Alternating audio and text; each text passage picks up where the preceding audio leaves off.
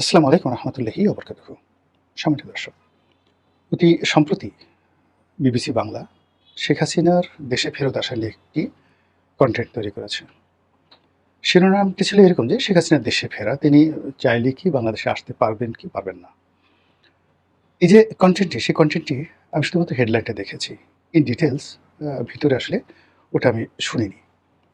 শুনিনি এই কারণে যে আমরা যারা এই মুহূর্তে কন্টেন্ট তৈরি করছি, সে তুলনায় বিবিসি বলেন বা অন্যান্য পত্রপত্রিকাগুলো বলেন, সেখানে যারা কনটেন্ট তৈরি করছেন তারা সবাই আমাদের ছোট ভাই বা বোনের মতো করে।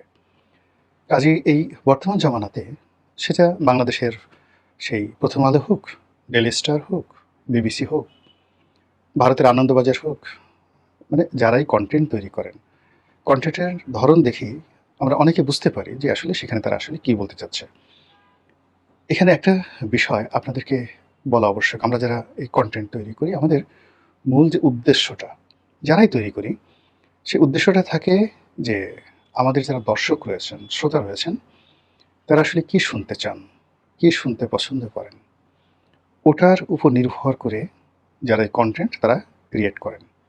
যেমন আমার খুব ইচ্ছা ছিল, ভীষণ রকম ইচ্ছা ছিল যে যদি আমার এই ইউটিউব যে পেজটি রয়েছে এখানে 1 মিলিয়ন আপনার পূর্ণ হয়। আমার একটা নিয়ত ছিল যে 1 মিলিয়ন পূর্ণ হলে আমি এই সমস্ত কনটেন্ট তৈরি করব না। আমি দার্শনিকতা নিয়ে, তারপর অনেকটা যাকে বলা হয় জীবনের সফলতা, ব্যর্থতা, যে বিষয়গুলো আমি সফল হয়েছি বা আমি ব্যর্থ হয়েছি, যেগুলো আপনার জন্য বা অন্য কোনো দর্শকের জন্য প্রয়োজন হবে।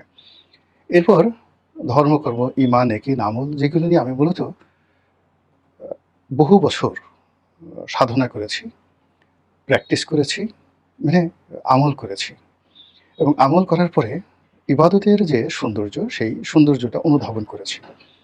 তো সেই কথাগুলো আমার খুব শখ ছিল, আমি বলব। তার বাইরে আমি কিছু ট্রাভেল ডকুমেন্ট করব। এবং আমার এও ছিল যে এগুলো আমি তখন মনিটাইজ করব না। এমনি জাস্ট এগুলো ছেড়ে দেবো যেন মানুষজন দেখতে পারে। আমি কিছু এরকম কনটেন্ট ছাড়লাম এবং দেখলাম যে আসলে খুব সিরিয়াস ধরনের, এই ধরনের যারা লোকজন আছে, আমার নরমাল যারা ভিউয়ার আছেন, তার ভিউয়ার 5% ও এখানে অ্যাটেন্ড করছে না। কোনো অবস্থাতেই অ্যাটেন্ড করছেন না। যেখানে নরমাল একটা ভিডিওতে 1,00,000 ভিউ হয়ে যায়, ওরকম একটা কনটেন্টে 5,000, 6,000, 10,000 ভিউ হচ্ছে। তো এরপর থেকে কি হলো যে না, আসলে মূলত যদি এখানে সাস্টেইন করতে হয়, টিকে থাকতে হয়, তাহলে দর্শকদের আবেগ, অনুভূতি, চাহিদাকে পুঁজি করতে হবে। এবং এই যে এখন সারা দুনিয়াতে মানে কোনো ইলেকট্রনিক মিডিয়ার যে স্ক্রিন রয়েছে, যেমন ধরুন বিবিসি টেলিভিশনের একটা স্ক্রিন রয়েছে, বিবিসি রেডিওর একটা ভয়েস আছে, তারপর বাংলাদেশের সব টেলিভিশনগুলোরই একটা স্ক্রিন রয়েছে। এটা এখন আর কেউ মানে যে বলা হয় যে আজ থেকে ঠিক 10 বছর আগে যখন একটা টেলিভিশন টক শো হতো, যেখানে অন স্ক্রিনে এটা যখন দেখানো হতো, 10 লাখ 15 লাখ লোক সরাসরি এটা দেখতেন। তো যেই অনুষ্ঠান 10 লাখ 15 লাখ দেখতেন, সেই অনুষ্ঠান এখন 500 থেকে 1000 লোক অন স্ক্রিনে দেখেন না। তাদেরকে ফেসবুক এবং ইউটিউবের উপর তাদেরকে নির্ভর করতে হচ্ছে। ফলে এই ইউটিউবে এখন প্রথম আলো বলেন, কালের কণ্ঠ বলেন, বা অন্য যে কোনো পত্রিকা বলেন, বা সময় টেলিভিশন, চ্যানেল আই, যে সমস্ত ইলেকট্রনিক মিডিয়া রয়েছে, বিবিসি বলেন, ডয়েচ ভ্যালে বলেন, সিএনএন বলেন, তারা সবাই এখন ফেসবুক এবং ইউটিউব কেন্দ্রিক। নরেন্দ্র মোদী থেকে শুরু করে ডোনাল্ড ট্রাম্প থেকে শুরু করে শেখ হাসিনা থেকে শুরু করে তারেক রহমান সাহেব, প্রায় সবাইকে এখন ইউটিউব নিয়ে আর ফেসবুক নিয়ে ব্যস্ত থাকতে হচ্ছে তাদের সরকারি কর্মকাণ্ডকে প্রচার এবং প্রসার করার জন্য। এখন যে পত্রিকাগুলো ধরুন 5 লাখ ছাপানো হতো, 5 লাখ ছাপতো বাংলাদেশের প্রেক্ষাপটে, এবং আমি সেই সকল পত্রিকায় লিখেছি। সেই সকল পত্রিকা এখন 5 থেকে 10,000 কপি ছাপায়। যে সকল পত্রিকা 50,000 কপি ছাপাতো আজ থেকে 5 বছর আগে, সেই সকল পত্রিকা এখন মাত্র 1000 খানিক বা 1500 কপি তারা এখন ছাপাচ্ছে। তো সেখানে কিছু নিউজ আসলো বা গেল, কারোর বিরুদ্ধে লিখলো বা পক্ষে লিখলো, কিচ্ছু আসা যায় না। কিন্তু আপনি দেখেন, এই যে আমি ইউটিউব করছি, সেই ইউটিউবের কন্টেন্টগুলো যখন আমি ফেসবুকে দিচ্ছি, 28 দিনে আমার শুধুমাত্র প্রোফাইলে এটা শো করছে 10 কোটি বার, বা 10 কোটি মানে মানুষ তো আর 10 কোটি হয় না, মানে হয়তো দেখা গেল যে 50 লাখ মানুষ 10 বার 20 বার করে দেখে 10 কোটি বার শুধুমাত্র আমার প্রোফাইলে এই মানে 100 মিলিয়ন মানুষ ফেসবুকে আমার এই পেজে আমার কন্টেন্টগুলো দেখছেন। আর ইউটিউবে এটি অন অ্যাভারেজে 10 মিলিয়ন মানে 1 কোটি লোক দেখছে প্রতি মাসে। যেটি বাংলাদেশের এই মুহূর্তে কোনো পত্রিকা তার কোনো সিঙ্গেল কনটেন্ট নিয়ে পারবে না। তো কাজেই আমাকে তো এই যে আমি যে জিনিসটা এখন করছি আমাকে এটা যেভাবে এগিয়ে নিতে হবে, ঠিক একইভাবে বিবিসিকেও সাস্টেইন করার জন্য এখন জনগণ যেটা শুনতে চাচ্ছে, বলতে চাচ্ছে সেই বিষয়গুলোকে সামনে এগিয়ে এনে তাদেরকে কনটেন্ট তৈরি করতে হচ্ছে। সেখানে সেক্স থাকুক, পরিমণি থাকুক, ভায়োলেন্স থাকুক, শেখ হাসিনা থাকুক, নেতিবাচক বিষয় থাকুক, ডাজ নট ম্যাটার, তাকে সার্ভাইভ করতে হবে। তো এই যে যেহেতু একটা কমন বিষয় রয়ে গেছে, এখন আমরা কোনো কিছুই ওইভাবে একেবারে মোটিভেশন নিয়ে, তারপর দীর্ঘকাল গবেষণা করে, তারপর ওইভাবে একটা কিছু বের করব দেশের স্বার্থে, পৃথিবীর স্বার্থে, জনগণের স্বার্থে, এইরকম পৃথিবীতে এখন কেউ নেই। নো ওয়ান, কোনো দার্শনিকতা নেই। আর এই কারণে ওই যে বিবিসিতে যে শেখ হাসিনাকে যে নিয়ে যে রিপোর্টটা ছাপা হয়েছে, বা ছাপা না মানে ওখানে তারা এটা কন্টেন্ট তৈরি করেছে, আমি এটা দেখিনি, বিকজ সে যেটা বলবে আমি সেটা জানি। এর কারণটা হলো যে এখন মানুষ শেখ হাসিনা সম্পর্কে শুনতে চাচ্ছে। একটি পক্ষ মনে করছে যে শেখ হাসিনাকে যদি আমি গালি না দিই তাহলে আমার কোনো অস্তিত্ব নেই। শেখ হাসিনাকে যদি আমি ঠেকিয়ে দিতে না পারি, তাকে যদি আমি ঢাল হিসেবে ব্যবহার করতে না পারি, তাকে যদি আমি লক্ষ্যবস্তু হিসেবে তুলে ধরতে না পারি, তাহলে আমার ২ পয়সার অস্তিত্ব নেই। কাজেই শেখ হাসিনাকে গালাগাল দিতে হবে, এরকম একটা শ্রেণীর লোক রয়েছে। আরেক শ্রেণীর লোক রয়েছে যে আমার সার্ভাইভালের জন্য, অস্তিত্বের জন্য আমাকে শেখ হাসিনার নৌকায় উঠতে হবে। সে আমাকে যত গালাগালি দেবে, যত কিছু করবে। আওয়ামী লীগের যারা লোকজন রয়েছেন তারা ১৭ বছর ভীষণ রকম বিরক্ত ছিলেন তার ব্যাপারে। কিন্তু শেখ হাসিনা চলে যাওয়ার পরে দেখলো যে ও মাই গড! এট লিস্ট তো ঢাকা শহরে চলাফেরা করতে পারতাম। এখন তো পালিয়ে বেড়াতে হয়েছে, এবং এইভাবে বোধহয় শ্মশানেই মৃত্যু হবে অথবা কবরস্থানে মৃত্যু হবে। কাজেই জীবনের শেষ মুহূর্তে যদি শেখ হাসিনাকে ফিরে আনানো যায় বা তিনি ফিরে আসেন, আবার যদি একটু দাঁড়াতে পারে, এই আশা থেকে ৬ কোটি মানুষ প্রতিটা মুহূর্তে ইয়া হাসিনা, ও হাসিনা বলে জিকির ফিকির শুরু করেছে।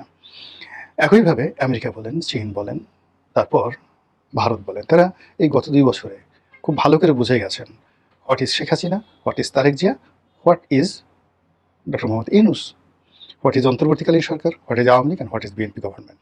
তারা খুব বুঝে গেছে, এবং কোন সরকারের কাছে তাদের স্বার্থ সংরক্ষিত এবং কোন সরকারের উপর তারা নির্ভর করতে পারে, এবং তাদের ব্যবসা বাণিজ্যের যে ধারাবাহিকতা এটি কোন সরকার দ্বারা সুরক্ষিত হতে পারে, এটা আপনি আমি বাংলাদেশে বসে যতটা বুঝতে পারছি। মনে করেন যে লন্ডন, আমেরিকা, কানাডা, দিল্লি, তারা ওখানে যারা বসবাস করেন, তারা আপনার আমার মতো লেদু কেদু ধলা নয়, তারা আরও অনেক গবেষণা করেন, ফলে তারা খুব ভালো করে বুঝতে পারছেন। তো বুঝতে পারার কারণে কি হচ্ছে, আন্তর্জাতিক অঙ্গনেও শেখ হাসিনাকে নিয়ে কিন্তু আলোচনা হচ্ছে। কি আলোচনা হচ্ছে এটা আশা করি ইন ডিটেলস বলার দরকার নাই। তো সেই ক্ষেত্রে কি হলো, এই যে শেখ হাসিনাকে কেন্দ্র করে তার পক্ষের লোকের যে আওয়াজ, এটি যদি উহ আহ ইয়ে হাসিনা ওয়া হাসিনা না দৈনিক ১০০ বার হয়, ৫০ বার হয়, ১০ বার হয়, ৬ কোটি মানুষ আওয়াজ করলে কত হয়? আবার তার বিপক্ষে যে ৬ কোটি মানুষ, সেই ৬ কোটি মানুষের মধ্যে অন্তত ১ কোটি মানুষ যদি মনে করে আমাদের অস্তিত্বের জন্য গালাগালি, শেখ হাসিনাকে গালাগালি করা আমাদের জন্য এই মুহূর্তে বেঁচে থাকার অবলম্বন, কাজেই গালাগালি করতে হবে। ১ কোটি মানুষ ডেইলি ১০ বার করে গালাগালি করলে ডেইলি ১০ কোটি বার গালাগালি হচ্ছে। ফলে এই বাংলাদেশে সেই টেকনাফ থেকে তেঁতুলিয়া পর্যন্ত শেখ হাসিনা বিরোধী ৬ কোটি মানুষের মধ্যে ১ কোটি মানুষ তাকে গালাগাল করছে। বাকি গালাগালি করছে না, মনে মনে চিন্তা ভাবনা করছে, করবে কি করবে না, বা আচ্ছা ঠিক আছে সে তো নাই, রিল্যাক্স। কিন্তু ১ কোটি লোক খুব যাকে বলা হয় একেবারে রেজিস্ট অবস্থায় তারা এই গালাগালিকে পেশা হিসেবে নিয়েছে। আর ৬ কোটি লোক তাদের বেঁচে থাকার অবলম্বন হিসেবে দীর্ঘশ্বাস ছাড়ছে ইয়া হাসিনা ওয়া হাসিনা। ফলে আপনি চিন্তা করেন কত শত কোটি বার, কত শত কোটি বার প্রতিদিন শেখ হাসিনার নাম আলোচিত হচ্ছে। এই আলোচনার মধ্যেই যখন আমরা কন্টেন্ট তৈরি করি, বিবিসি কন্টেন্ট তৈরি করে, তখনই ওই যে প্রতিপক্ষ ১ কোটি লোক তারা দেখে যে রনি সাহেব কী বলল, তার পক্ষের কোনো যুক্তি আছে কিনা, বিপক্ষের কোনো যুক্তি আছে কিনা, বিবিসি কী বলল, বা ওই যে শেখ হাসিনার ৬ কোটি লোক আছে তারা খুঁজতে থাকে সে কী বলল।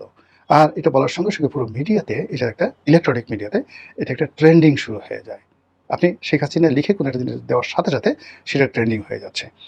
এই কারণে বিবিসি এই শেখ হাসিনাকে নিয়ে প্রতিবেদন, বারবার প্রতিবেদন, বা আমরা বারবার কন্টেন্ট তৈরি করতে বাধ্য হচ্ছি। এখন প্রসঙ্গে আসি।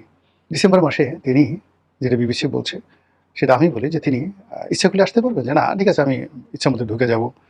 তারপরে বাংলাদেশে গিয়ে আমি বিচার মোকাবেলা করব ইতিবাচক করতে। একেবারে সরাসরি আমি এয়ারপোর্টে আসলাম বা সীমান্তে আসলাম, লোকজন সহকারে, বিদেশি সাংবাদিক সহকারে বিসমিল্লাহ বলে আল্লাহু আকবার বলে ঢুকে গেলাম, এটা আমার মাতৃভূমি।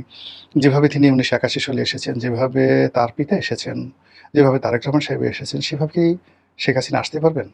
প্রথমত ইন জেনারেল যদি ধরেন তাহলে এটা সম্ভব নয়, একেবারে সম্ভব না, এটা উনি আসতে পারবেন না।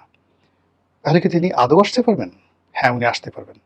উনি আসতে পারবেন আমরা যেভাবে কল্পনা করছি, ইভেন উনি যেভাবে কল্পনা করছেন সেভাবে নয়। উনি যদি বাংলাদেশে আসেন, সে আসার পেছনে দিল্লির হাত থাকবে, সে আসার পেছনে ওয়াশিংটনের হাত থাকবে, সে আসার পেছনে বেইজিংয়ের গ্রিন সিগন্যাল থাকবে, সে আসার পেছনে সরকারের অসহায়তা থাকবে অথবা সরকারের একটা গ্রিন সিগন্যাল থাকবে। এই সমন্বয়গুলো না হলে তার ডিসেম্বর মাসে আসা বা ইভেন অনেকে বলে সেপ্টেম্বর মাসে তিনি আসতে পারেন, কোনো আশাটাই হয়তো সম্ভব হবে না। আবার তিনি যদি আসেন তাহলে সেই আশাটা মানে এদেশের রাজনীতিতে রীতিমতো একটা সুনামি বয়ে নিয়ে আসবে। মহান আল্লাহ আমাদের সবাইকে হিদায়াত দান করুন এবং হেফাজত করুন। আসসালামু আলাইকুম রহমতুল্লাহি ওয়া বারাকাতুহু।